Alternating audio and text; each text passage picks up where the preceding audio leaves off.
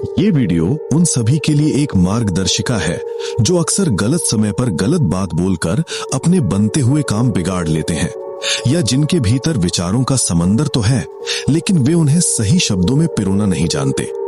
इसलिए आपको इसे देखना चाहिए, क्योंकि आज हम उस वाक शक्ति के रहस्य को समझेंगे जो एक साधारण मनुष्य को प्रभावशाली व्यक्तित्व में बदल देती है। आपका इस वीडियो पर समय निवेश करना इसलिए एक अनिवार्य निवेश है, क्योंकि आपकी सफलता का 90% हिस्सा इस बात पर निर्भर करता है कि आप अपनी बात दूसरों तक कैसे पहुंचाते हैं और आपके शब्दों का दूसरों के मनोविज्ञान पर क्या प्रभाव पड़ता है। मेरी आपसे करबद्ध प्रार्थना है कि इस चर्चा के साथ अंत तक जुड़े रहें, क्योंकि मौन और शब्द के बीच का जो संतुलन है वही नेतृत्व की असली पहचान है। और इस वीडियो के अंत तक आप ये सीख जाएंगे कि कब बोलना आपकी शक्ति है और कब चुप रहना आपकी सबसे बड़ी जीत है। वाणी केवल फेफड़ों से निकलने वाली हवा नहीं है, बल्कि ये आपके चरित्र, आपके संस्कारों और आपकी मानसिक अवस्था का सीधा प्रतिबिंब है।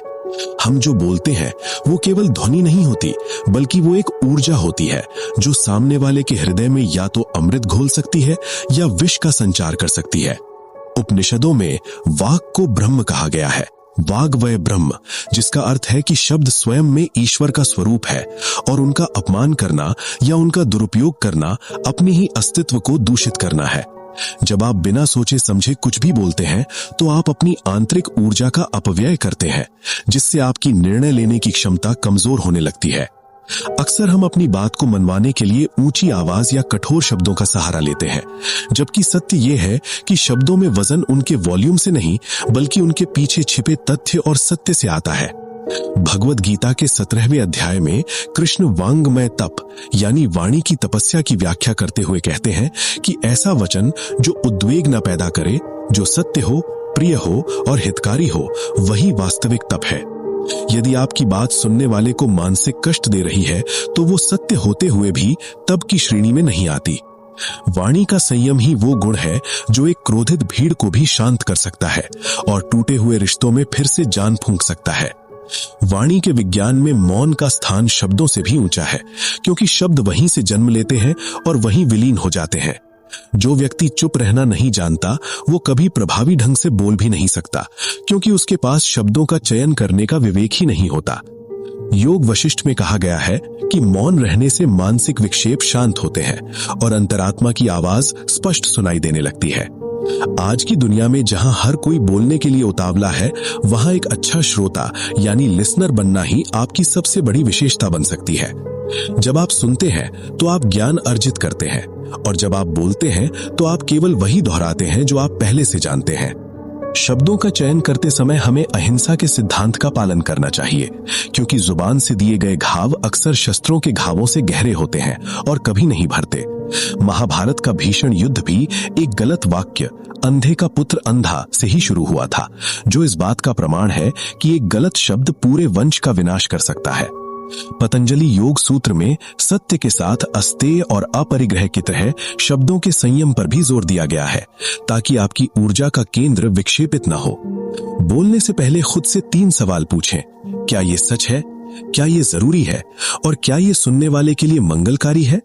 झूठ बोलना केवल दूसरों को धोखा देना नहीं है, बल्कि ये अपने स्वयं के व्यक्तित्व के ढांचे को कमजोर करना है, क्योंकि झूठ को याद रखने के लिए बहुत मानसिक श्रम की आवश्यकता होती है।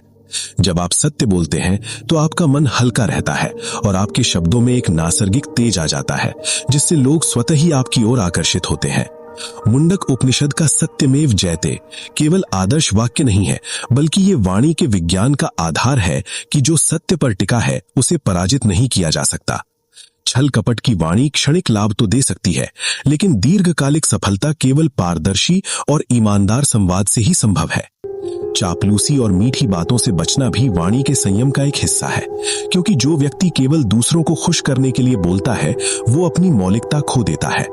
चाणक्य नीति में कहा गया है कि स्पष्ट वक्ता और कड़वा सच बोलने वाला व्यक्ति शुरू में बुरा लग सकता है, लेकिन वो आपका सबसे बड़ा शुभचिंतक होता है। अपनी वाणी में मिठास जरूर रखें, लेकिन उसे चापलूसी की चाशनी में ना डुबोएं, क्योंकि विवेकशील लोग आपके शब्दों के पीछे छिपे मंतव्य को तुरंत पहचान लेते हैं। आपकी वाणी आपके आत्मविश्वास का आईना होनी चाहिए, न कि आपकी असुरक्षाओं का पर्दा।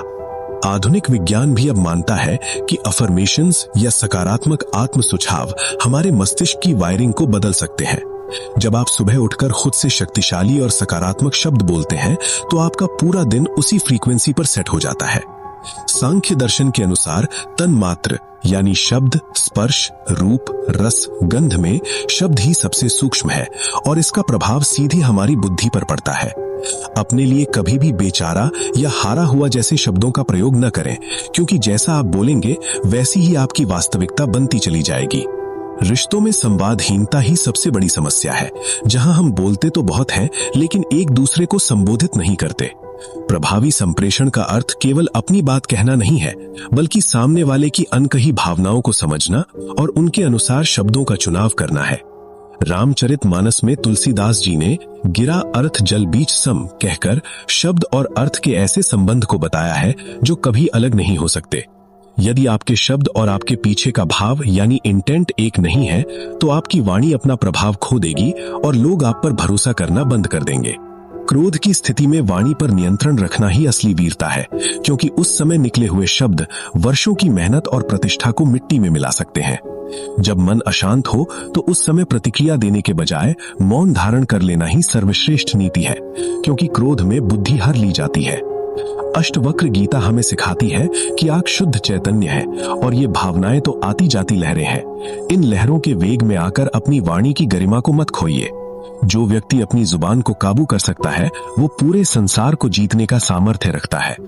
अपनी वाणी को समृद्ध करने के लिए श्रेष्ठ साहित्य का अध्ययन और महान विभूतियों के प्रवचनों को सुनना खाद का काम करता है। जैसे कुएं में जो होता है वही बाल्टी में आता है, वैसे ही जो आप अपने भीतर डालेंगे वही आपके शब्दों के माध्यम से बाहर निकलेगा।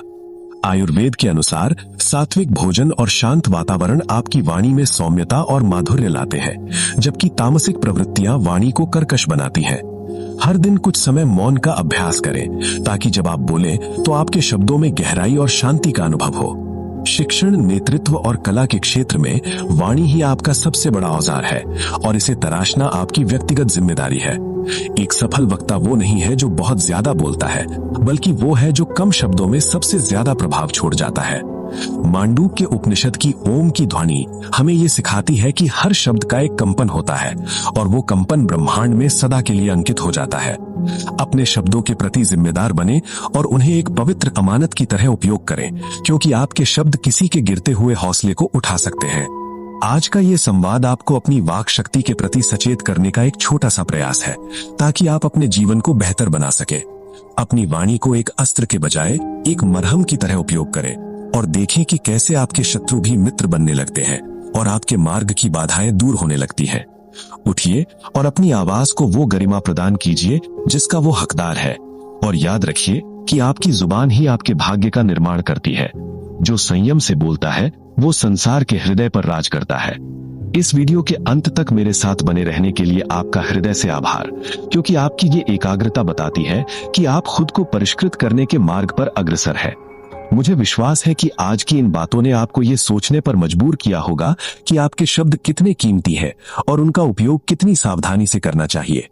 अब जब आप इस वीडियो को बंद करेंगे तो किसी से भी बात करते समय अपने शब्दों को एक बार मन की छलनी से जरूर छानिएगा।